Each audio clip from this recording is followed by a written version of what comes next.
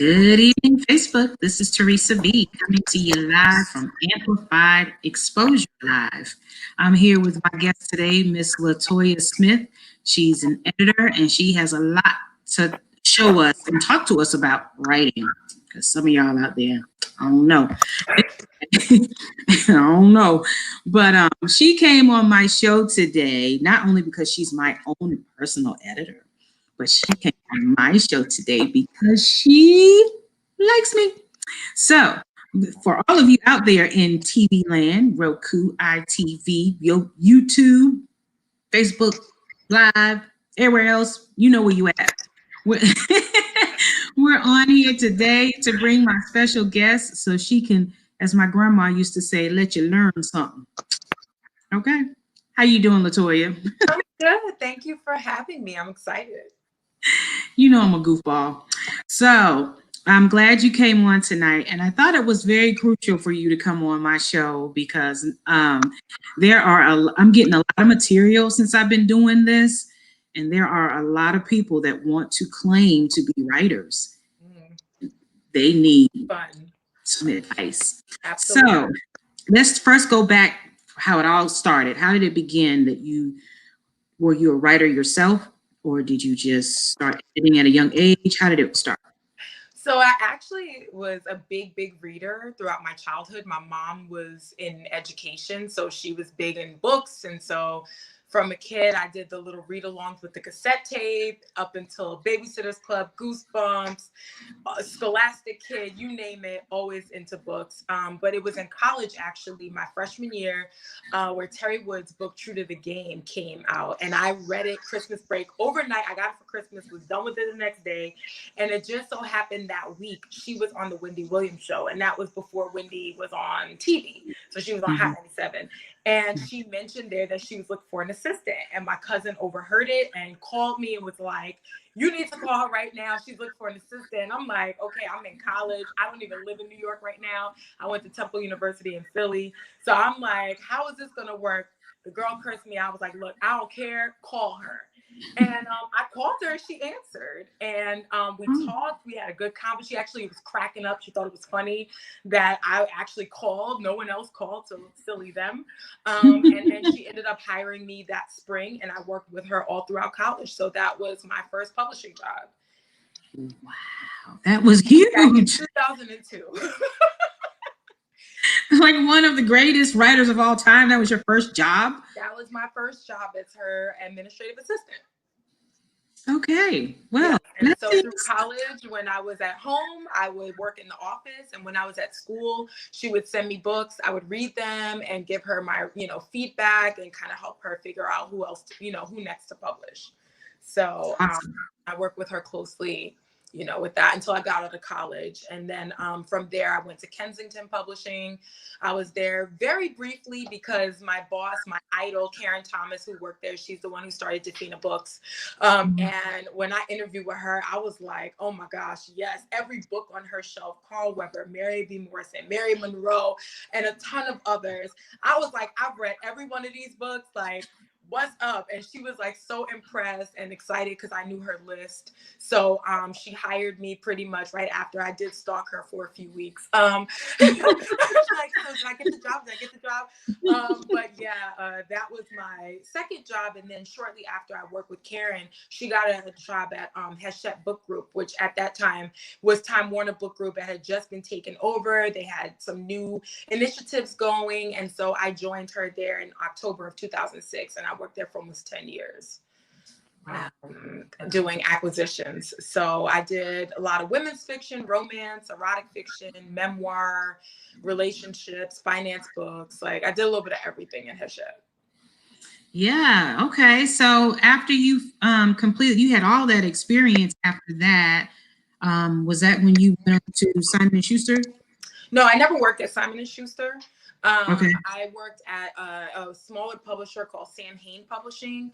And that was kind of like, I really enjoyed my time at Hachette, but I was kind of burnt out with corporate. I was frustrated. I wasn't getting in the kind of books that I was looking to work on, mostly Black fiction and nonfiction. And I just felt a little stumped. And also just New York in general. I'm from New York. So I was kind of burned out. I was ready for something new. And so I just said, you know what, I'm going to take my chances. I'm just going to leave and go to Atlanta. I don't know why everybody goes to Atlanta, but I was one of them, and I was like, I'm going to Atlanta. And it just so happened a friend of mine knew the owner of Sam Hain, and they had just lost 2 key people, and she felt like my experience would be really good there. So I went there, but then they folded after 2 years, and that's when I started my own company, offering editing and developmental editing, mentorship. I do workshops, consultations, and then I'm also a literary agent, so I do that too. Yes, you are. Yes. I do look at everything books. That's me. Everything books. Yes, you do. So I apologize. So on some of the flyers that I have Simon and Schuster, so I have to correct that and put Kensington. So I got the two confused. So Kensington has Hachette, Terry Woods Publishing, and Sam Hain Publishing. Wow, Terry Woods was your first girl. She was my first. That's amazing. That's Terry, amazing for giving me a chance. Yeah. So now that you have your own company and you're running things, shout out to all the African American women running their own companies. Woo, woo. Yes, and surviving in 2020. Okay. Yes, in the middle of a pandemic, everybody's writing in the middle of a pandemic, right? Yes, that's been a whole other. And I'm in New York now, back again. I moved back here in 2018. So, we had our share of horror, you know what I'm saying, during this pandemic. But I'm just thankful I'm still here. Business is still going strong, and I'm not allowing the trauma to take over, because it's a lot, as we all know, especially being a Black woman, a Black person, a POC person in America. It's like, it's a lot going on that can stop you from being productive. But I have a strong network, so thankfully I'm still here. Yes, for those of you all that are just joining, this is Latoya Smith. She is a world-renowned editor. I'm gonna say world. World. Anybody that is doing Terry Woods books as their first job is world-renowned. Okay. So ambition and not taking no for an answer. Okay. Yes, I feel you. I did some stalking for both Terry and Karen. So it's like, did I get it? When do you want me to come in? Don't forget me. I'll be there in April. Yeah. Exactly. So what's funny about Latoya is that Latoya was working for me doing some of my books and re-editing some of my books, because I had some editors that didn't really do a good job the first time. So Latoya embraced that Church Like the series, and she started reorganizing how that worked, made sure that it flowed. And I just fell in love with how she edits her books. So we never met until maybe 2 years ago when we were in China. 2 years ago. And I didn't realize how big Miss Smith was in the industry. Like, she was the only African American up on the panelists doing the books with these huge stars, these huge literature people. And there was my editor sitting up there, the only African American, shining brightly. And I was like, I'm so glad she's my editor. You'd be surprised. That happens a lot. And I will say a big moment for me in my career was back in 2018. I first moved back from Georgia. I had a whole lot of stuff going on in my personal life. I just transitioned because I used to work for the L. Perkins agency. And I don't know why I thought it was a good idea as soon as I moved to announce that I was now agenting for myself, because I just got slammed with stuff in addition to, the move and transition. And I was just like, oh my gosh, what am I doing? And then the New York City Pitch Slam reached out to me, and they actually wanted me to come in and take pitches under L. Perkins. And I said, well, I am no longer with that company. I've just started my own company. And, and they're like, we still want you. And I'm like, really? So that was a huge moment for me. It was just a few months after I, told everybody that I was kind of doing a one-stop shop, editing, consulting, and representation. And so I remember I took a picture with the sign that had my company name on it at New York City Pitch Slam. I probably saw a couple hundred people that day. I mean, it was insane. And I feel like I cried after that because it's like I worked for someone for so long.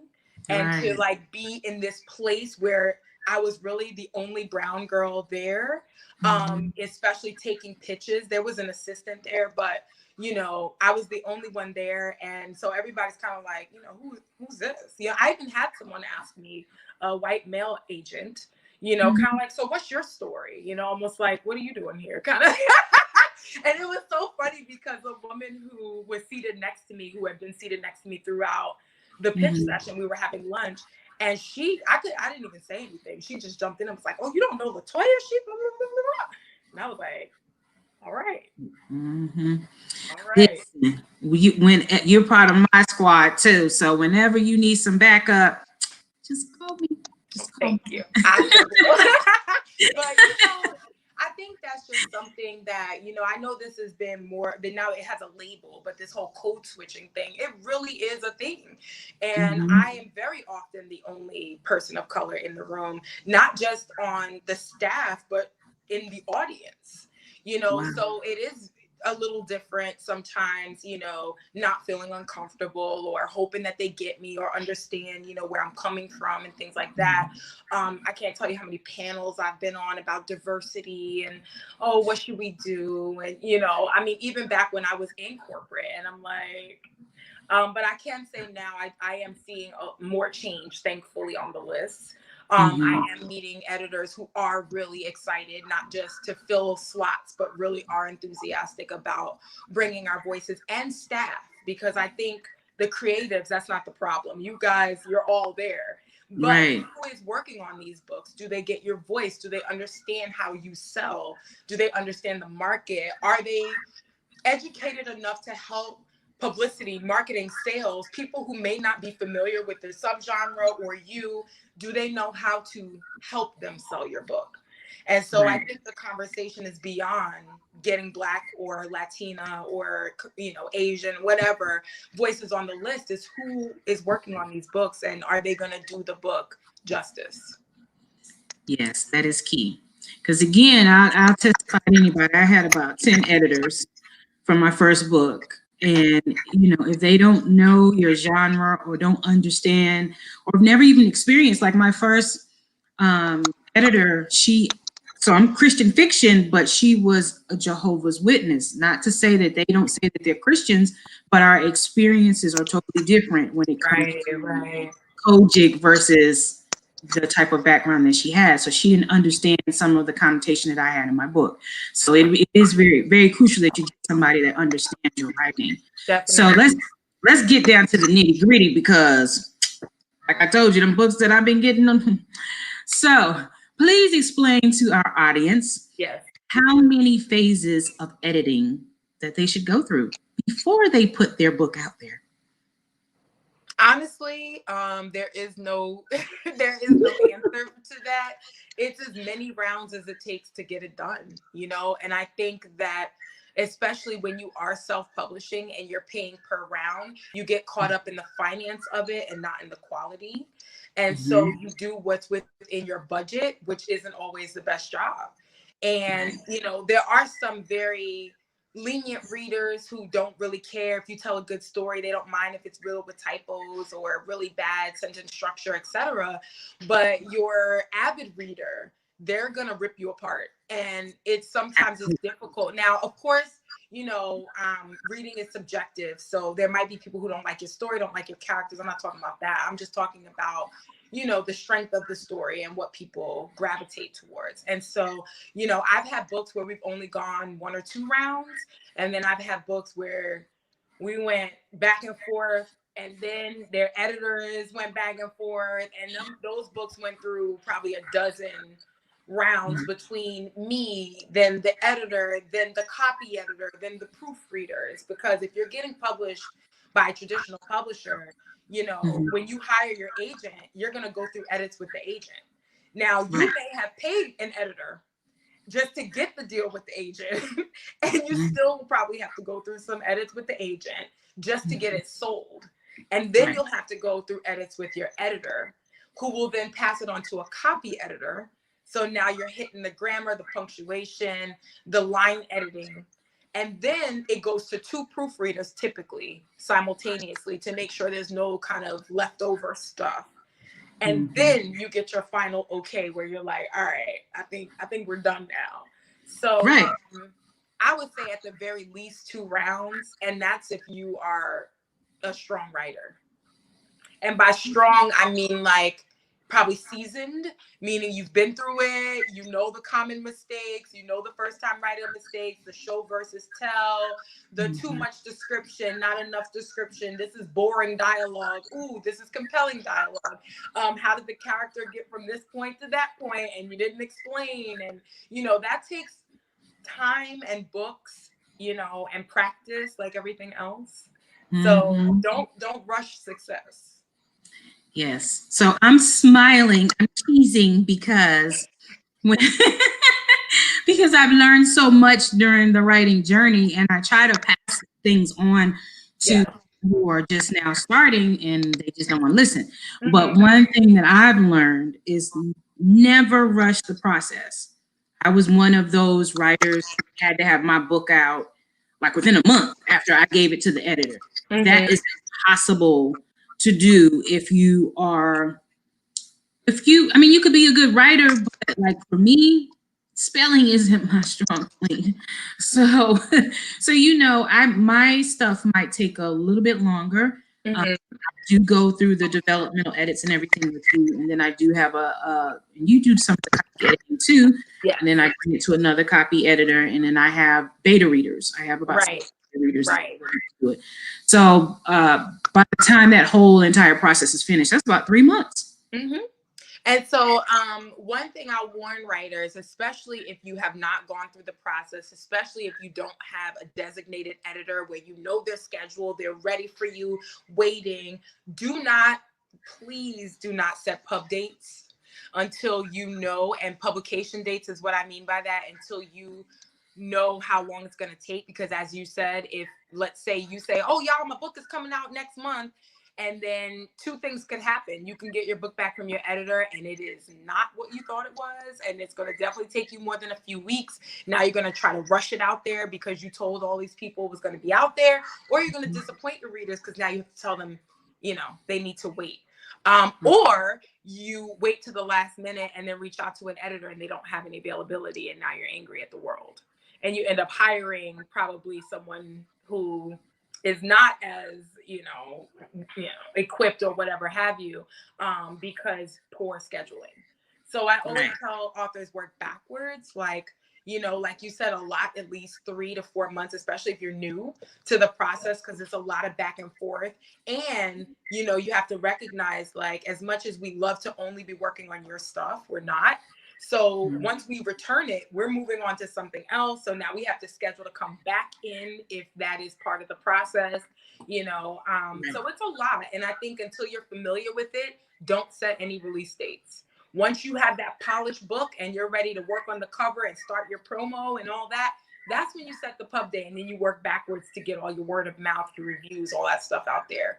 But again, if you don't have a rapport with an editor or you're not used to the process, don't set a pub date until you've got a polished book.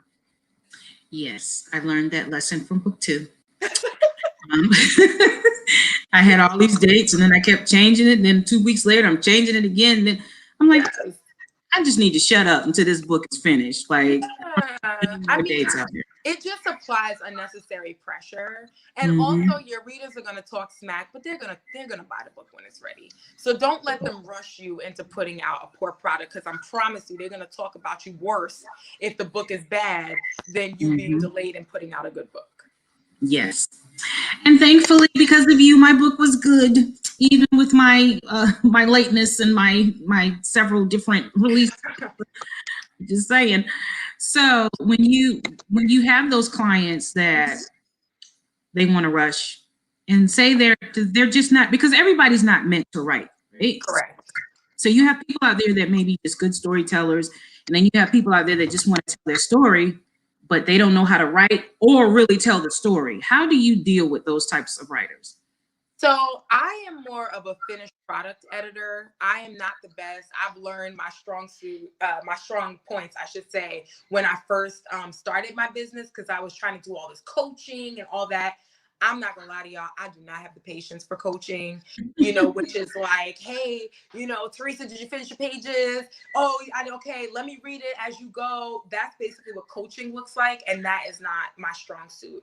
Also, for those sort of deep dive, like almost coaching like edits for like what you're saying, like an author who just really is not in a good place, I am not taking those kind of projects on anymore. But I have two women who are also Black editor, entrepreneurs, womanpreneurs, Black girl magic, and they are really good at that. So, when it comes to certain projects where I know that is not my strong suit, I very much will pass them along. And I feel like for those authors who, need a little more hand holding, and especially if they are first time or they got half of it and need help finishing it, or, I definitely have recommendations for those authors, because it does take more, hand holding, more really working through and massaging the story until it's complete. Where for me, I'm more, the book is complete, I've had it looked at, I'm done, I don't want to look at it no more, here you go. And I'm like, all right. You're right. Let me just make it pretty for you, and there you go. Yeah, by the time I met you, I had already been massaged and broke down, and told Right. You knew what it was. the So it was perfectly fine. But yeah, I mean, I've definitely had authors that I had to grow, who have grown with me, and we're still working together.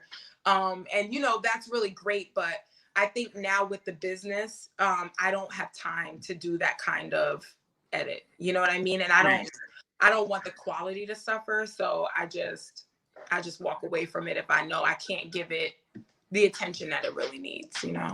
Right. Good. So if you have, because there's a lot of first time writers out there, especially during the pandemic, want to put their story out there.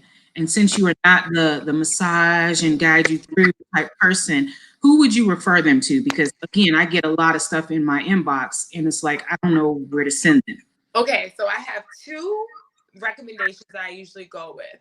If you are looking for that deep dive edit and somebody that's going to walk you through and really like bring your story to life, I always recommend Sheree Robin, and her business is called Good Ground Literary Services. Okay. And I always recommend to her. She's also a writer as well, so she really knows more of the writer perspective, and could really. And she has a group of editors that she works with, and they will. And then if you more are looking for like a self-publishing, like that you're gonna self-publish, you need your book edited, you need some help with the cover, I recommend Monique Mensa. And she, her business, Make Your Markups, she really has helped a lot of folks self-publish. So it just depends on what they're looking for, but those are usually the two that I recommend. Okay. And that's because I've worked closely, especially with Sheree. With Monique, we know each other just, having worked in a lot of the same circles, and I've just seen her enthusiasm, how she's grown her business, and, we've talked and all of that kind of stuff. She's awesome. So, I don't go by who I'm friendly with. I go by product.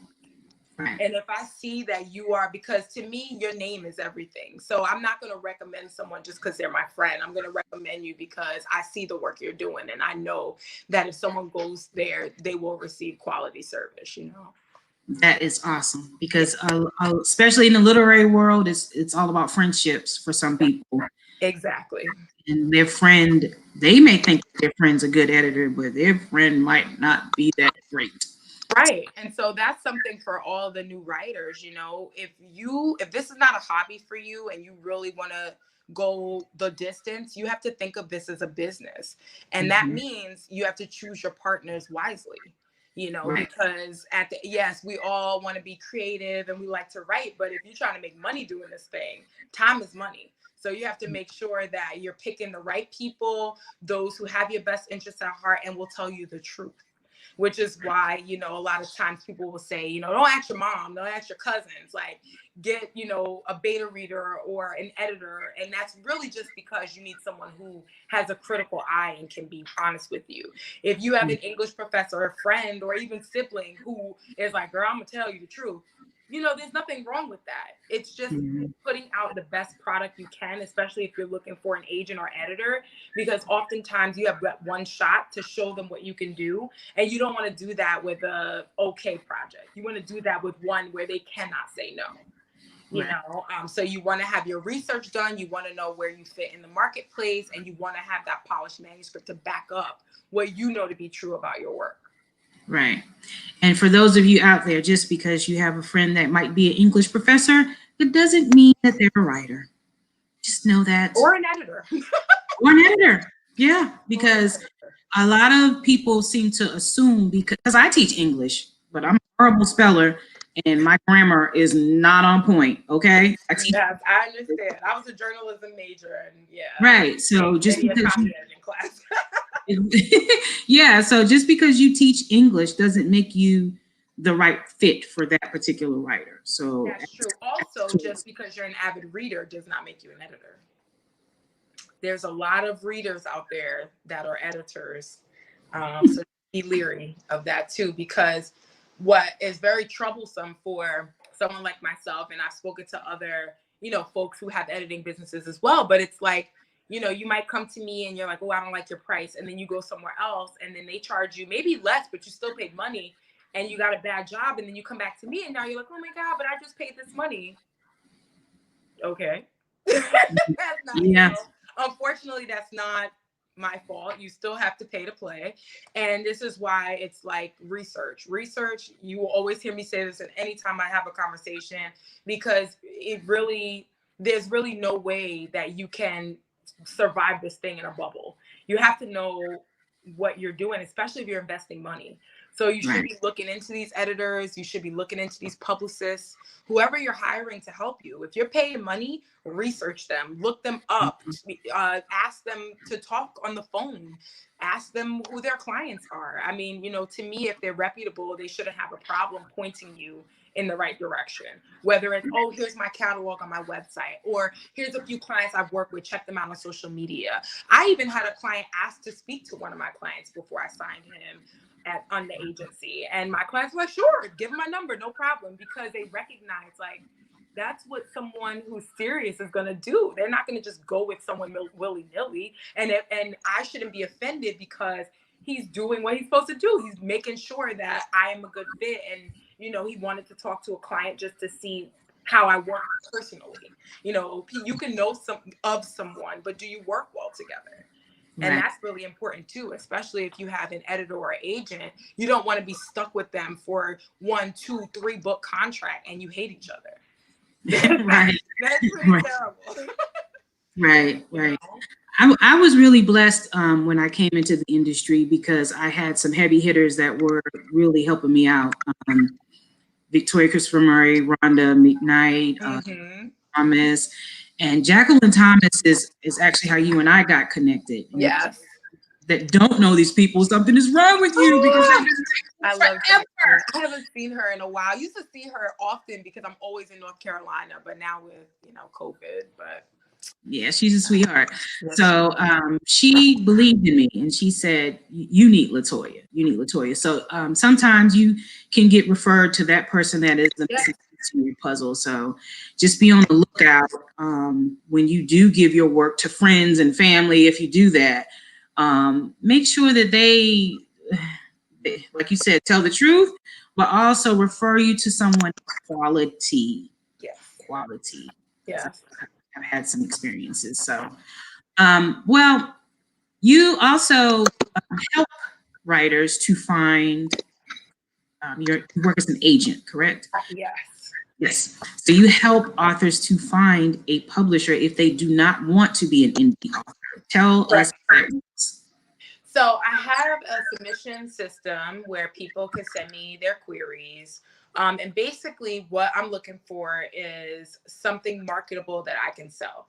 So when it comes to fiction, I take women's fiction, I take romance, I take thriller, some suspense, not too much historical or sci-fi, some paranormal, it just depends. But in the fiction, I want to be engaged. And I am not a get 5 chapters in and see the magic. No, like if you don't pull me in from the first few pages, 9 times out of 10, you've lost my attention.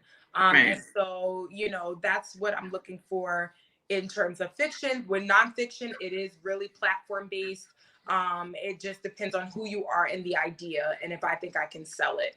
And so with that, I think something to keep in mind for the audience is when it comes to fiction, the publisher will bring the market to you, which means you've written something that they know how to sell, and whether you have social media, whatever, since they work so far out, you've got time to build that. The focus is you've written a story that's marketable and they know how to sell it. With nonfiction, you have to bring the audience to the publisher. So that's why you have to have a platform, or you have to have speaking engagements or something where there is already an audience that's waiting for your product. And then they will bring their, talents to distribute you and make sure that that audience is getting your book in addition to the audience that they bring. So for the most part, it is you bringing that audience. And so, also think about it. If I don't know who you are, what would make me spend $25 to read your book? Because most nonfiction comes out in hardcover. Hardcover is no less than $23 unless it's a small one, which, those prices vary. But for the most part, especially those writing memoir, like everyone has a story. Why should I care about yours? And I know it sounds harsh, but this is the reality of it. And I think if people were thinking of it that way, they would understand, like, okay, here's what I'm going to do with this book. I want to tell my dad's story, so I'm going to self-publish. I'm going to get a publicist because I recognize that he might not have big appeal to the masses. However, if your dad was some historic figure, there might be, something for that. So I think you can't work in a bubble. You really have to understand your market. And and that's kind of what I look for, something marketable. Like as I'm reading, people should be popping into my head like, ooh, so-and-so would like that. Ooh, I think so-and-so. Like if nothing is kind of talking to me, then I know it's not right for me, because what I don't want is to sign someone and send it out to 3 people. And then I'm like, all right, I don't really know who else to send it to. I mean, like that is just, it's disappointing. And then what's going to happen is the author's just going to keep coming back like, now what? Anybody?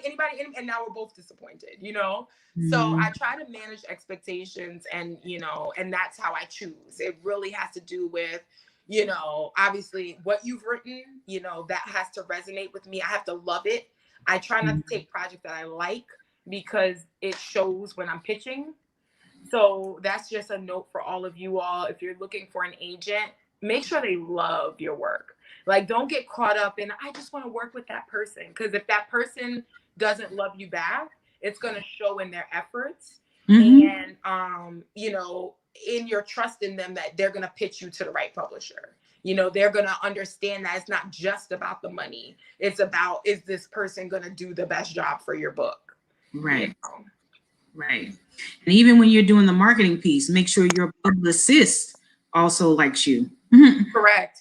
I mean, now sometimes you can't help that if you are within a publisher, they will assign you a publicist. So I always recommend if you could set aside a little budget for your own. I think it goes a long way because they can piggyback off of certain things that the publisher is doing. So why not have two people working really hard for you? Because with the publishers, the publicists are just handed projects. Now, sometimes they can choose, when they have those editorial board meetings, that's where the editors and all the staff, they decide what projects to bring on. If it sounds exciting, the marketing publicity team, like they can choose like, oh my gosh, I really want to work on this. But in most cases, the books are assigned. So, you may get someone who loves it, you may not. Where that's concerned, it doesn't matter. They just need to do their job. And that's why the editor is important, because the editor is going to be your mouthpiece to make sure they're doing their job, whether they like you or not. They still have to sell the book. But of course, if they like you, they're going to, and by like you, it could be just you as a person or your book. because it does go a long way. If the sales and marketing team really love the actual book, yeah, that enthusiasm will show. But sadly, that isn't always something you can control, but you hope that the editor's enthusiasm will get people excited enough to care about it, to do, more than just this is the standard that we do. You know what I mean? Right. So tell the audience, how many pages should a person have for nonfiction and fiction when they are trying to sell their book through an agent? Because it's a certain amount of pages. Absolutely. That. So every editor and agent, they all have their own guidelines. So there will be some publishers or agents who only want a sample, and there will be some that want full manuscripts. My recommendation, if you are a new writer, especially for fiction, you should have a full manuscript before you start pitching. Why? Because if you don't, and you pitch someone and they like it and they ask for it, now you don't have anything to send them. And so one of two things will happen. By the time you send it to them, they may or may not be still interested, or you're going to rush it and ruin your chance because it's not going to be good. So I always recommend, if you're new to it, get that book at least the first draft, so that if you do get interest, it's like, okay, I just have a few more weeks to work on it, and then it'll be in your hands. Because I always feel like you don't want to lose out that opportunity, because as we know, markets are cyclical, things change. What's up today is down tomorrow. Right. Okay. When it comes to nonfiction, that's different. Again, because that's more platform based. You really just have to show the editor or agent what it is that you're trying to do. So you would turn in what's called a proposal, and that would usually be like, here's an overview of what I'm doing. Here's the marketing I'm going to do, the publicity I'm going to do. Here's a detailed outline of the book, and sample chapters. So typically those proposals are roughly like 50 pages. Also, if you're a seasoned author, even if you write fiction, you don't need a full. You just need a really strong synopsis or overview of what you're writing and a few sample chapters. Okay. Now, of course, if you're just huge and someone like a Kevin Hart or someone like that, publishers will offer with nothing. They just need a conversation, and they'll be like, all right, cool. Yeah. They don't care. They just want to lock it down. So, I mean, that does happen sometimes, but for the most part, you do need some material. Okay. And when you're out there pitching for that person, what is like the hottest genre right now? Because I know some people say it's young adult, some people say it's nonfiction. What is selling the most? What are publishers looking for at this moment in time? I've actually been selling way more fiction than nonfiction. Right now, unless you're writing some political something, nonfiction is really hard to move. And then in terms of fiction, women's fiction has been moving quite well for me, both in, the literary commercial space and in romance. So a lot of my most recent deals have been either political or those, within those fiction genres. But I do think, in terms of YA, what I love about YA is it's so much more flexible than adult. So like, as I've been looking at the acquisitions, there's way more LGBTQ stories. There's way more historical novels, way more sci-fi, fantasy, paranormal, witches. I mean, like, it's just the gambit. Whereas in adult, it's like rom-com. And and like very serious women's fiction, but outside of like the same old, it's very rare that you'll see an outside of the box project or even LGBTQ. I'm like, really? So outside of romance, that's the only place LGBTQ stories are working in adult? Like, you might see one here or there, but it's only really specialty publishers. Like, the major publishers are not publishing them as much as they should, which for the audience, I'm like, how is this? So it's like, it's so much more room to grow and try new things and, be with a major house in YA, but with adult, things are still selling. I think, again, it's all about the right contacts and staying abreast of the marketplace, which you all can do as well by looking at Amazon and Barnes and Noble. Also, if you have a publisher in mind that you love, sign up for their newsletter so you can see what they're publishing. Again, don't do this thing in a bubble, be as well-versed as you can, follow other authors, publishers, editors. They're always telling people what they want. Agents too. Twitter is a good place for that kind of information. Hashtags are wonderful. to find different pitch contests and things like that on Twitter. Mostly you can find those kind of things. And then that way, you know, you kind of know who's looking for what and you can move accordingly. And that was hashtag what? You can try pitch.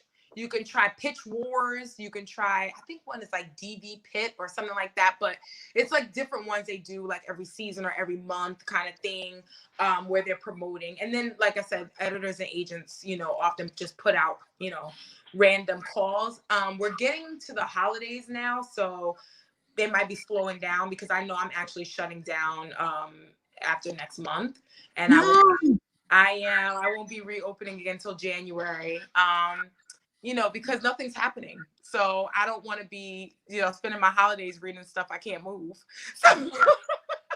Yeah. Well, look, my book still isn't ready. So what am I talking about? It's all right. But no, seriously, I think, you know, use this time if you guys are working on things to polish and get it ready for January. Mm-hmm. You know, that's what I would say. Do you find during the pandemic that there's more writing about the pandemic? Like when you get manuscripts, is it like, oh my God, here's another story about the corona? No, I think people don't want to deal with it. Oh. I actually have had editors ask me for it, which me personally, I was like, I don't want to read that crap, you know, but I do recognize that the more we're in it, the more this is our new reality. And it's going to have to be on the pages at some point. But I can't say I see more pandemic stuff than I used to. Like every now and then you'll get a plague kind of story.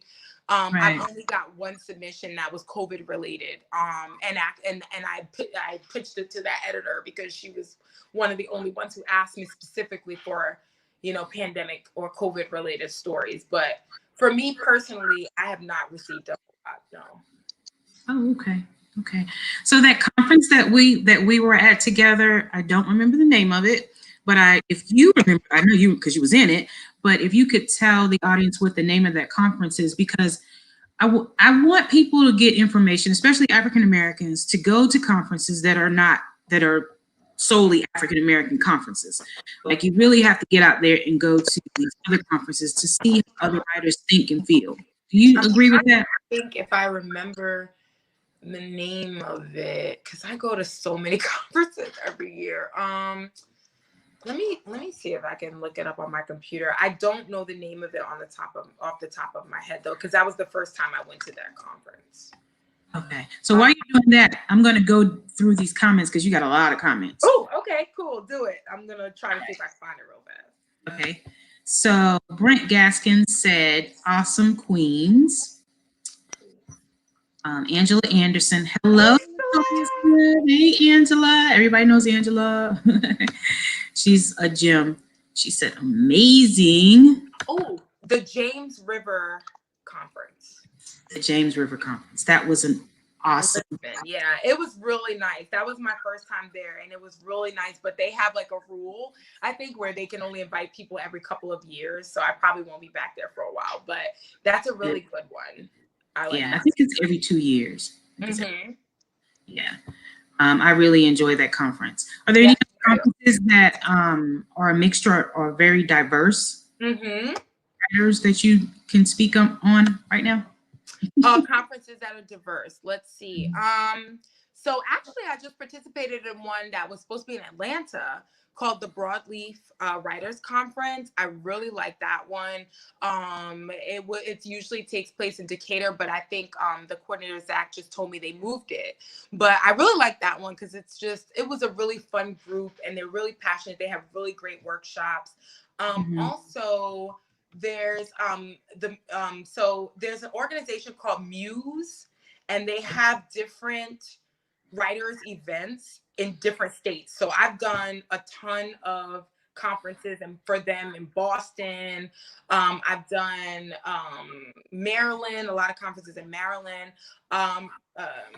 Let's see, I've done, what else is pretty good? Of course, the Brooklyn Book Festival is always nice. What else? There's also one on the West Coast, but I've never been there, so I don't want to say that one because I'm not sure of how diverse it is. But I know a lot of people. I know the Emerald City Conference in Seattle, but I've never attended it, so I don't really know. But Yeah, I've heard that. That's one too. So I've been to so many of them within like Maryland and Boston and Virginia. Those are usually pretty. Even the Boston one was pretty diverse. I actually really like that one. And that one's usually around this time, like October, November. Okay, but I'm sure right now everybody's trying to do virtual conferences. Oh yes, I actually have like 4 conferences coming up. So like I did one on the 2nd. It was the Lord Wordsmith Writers Conference. That was October 2nd. Sorry, I'm looking up because my calendar's right there. But, yeah, I did that one October 2nd. And then the Broadleaf Conference was this past weekend. That was supposed to take place in Atlanta. And then let me look at the calendar. And then I have I have 2 next month. And those 2 are also virtual, where I'll be taking pitches and teaching. So it's the WDW virtual conference. That one's Philly. So I should have been in Philly, but I will not be. And then the other one is the Midwest Writers Workshop. So I was supposed to be going out to the Midwest, where I'll be doing pitches, panels, that whole thing. And then I think one in December. And that one is, let's see,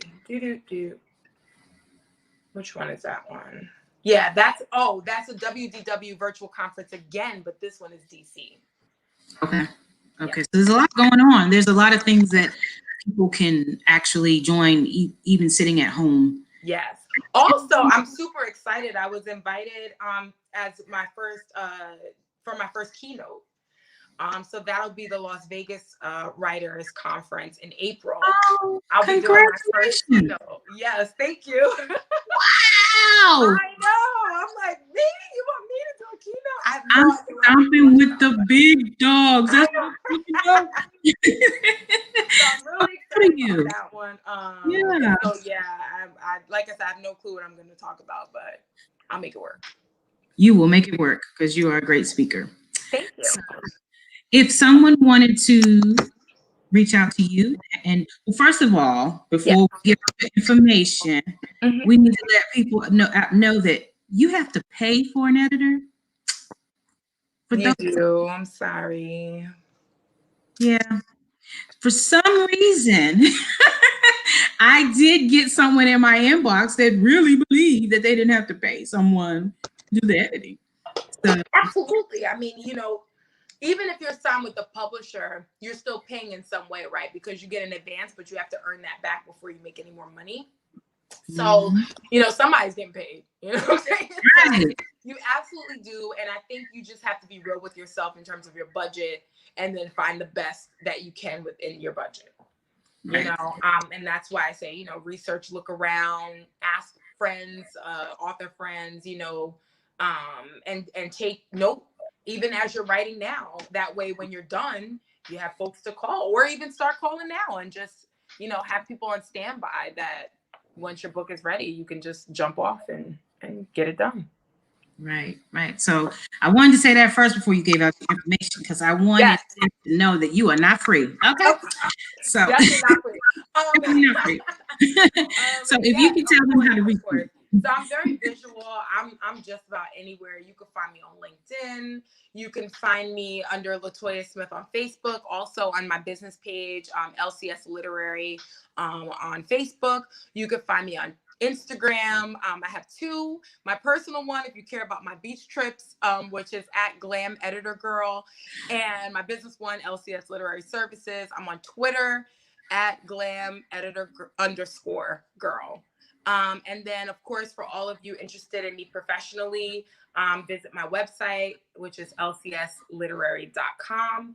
And on there, I have my resume. I have some of my best-selling books. I have catalogs.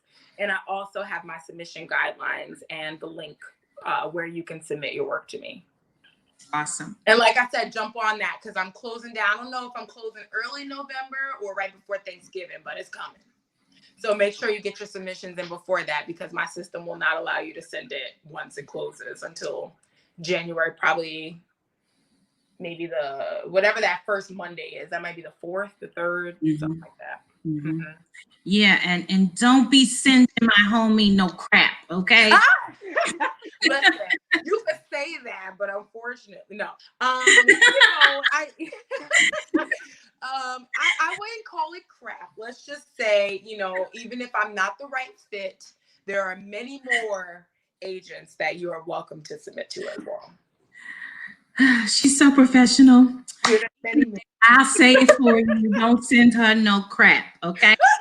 So I do appreciate you coming on my show. Thank you so much for having me. Yeah, this is what a lot of writers needed to hear, especially during this time. So I do appreciate you coming out to be on the show. You are a beautiful soul and spirit. I wish you continued success, and I am looking forward to working with you even more in the future. So thank you so much, and thanks for everybody who tuned in. I hope to have the chance to meet you guys or talk to you guys or help you guys. I'm here. Also, a little bit of a shameless plug. I'm doing a Q&A on my Instagram on Wednesday. So for anyone, if you want to ask me questions directly, it'll be on my Instagram, Glam Editor Girl, Wednesday night, 8 p.m. Eastern Standard Time. Q&A with me. I hope to see you guys there.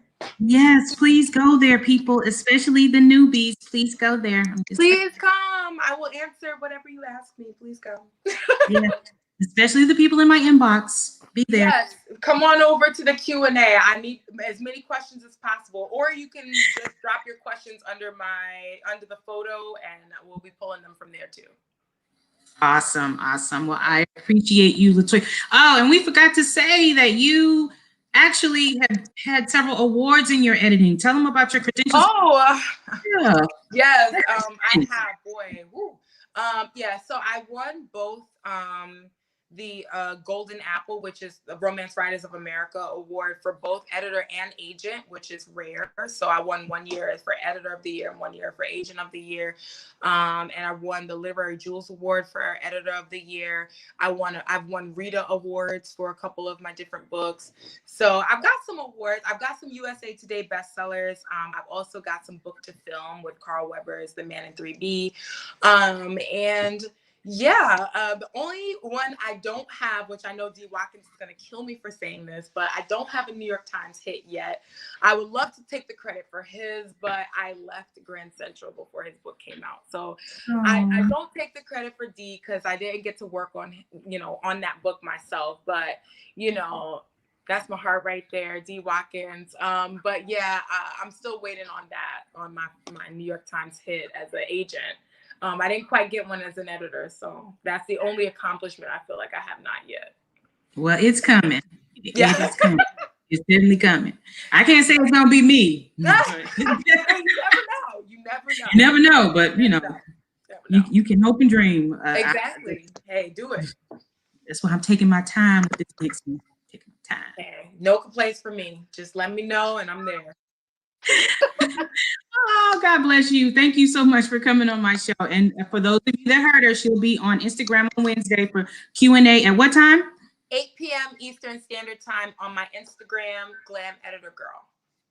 Awesome. Thank you, Latoya. Take care of yourself. You too. Everybody be safe, stay healthy, and hopefully we'll all be able to see each other in the near future. I know, right? Yeah. Yes. All right. Well, have a good evening. You too. Good night, everybody. Bye.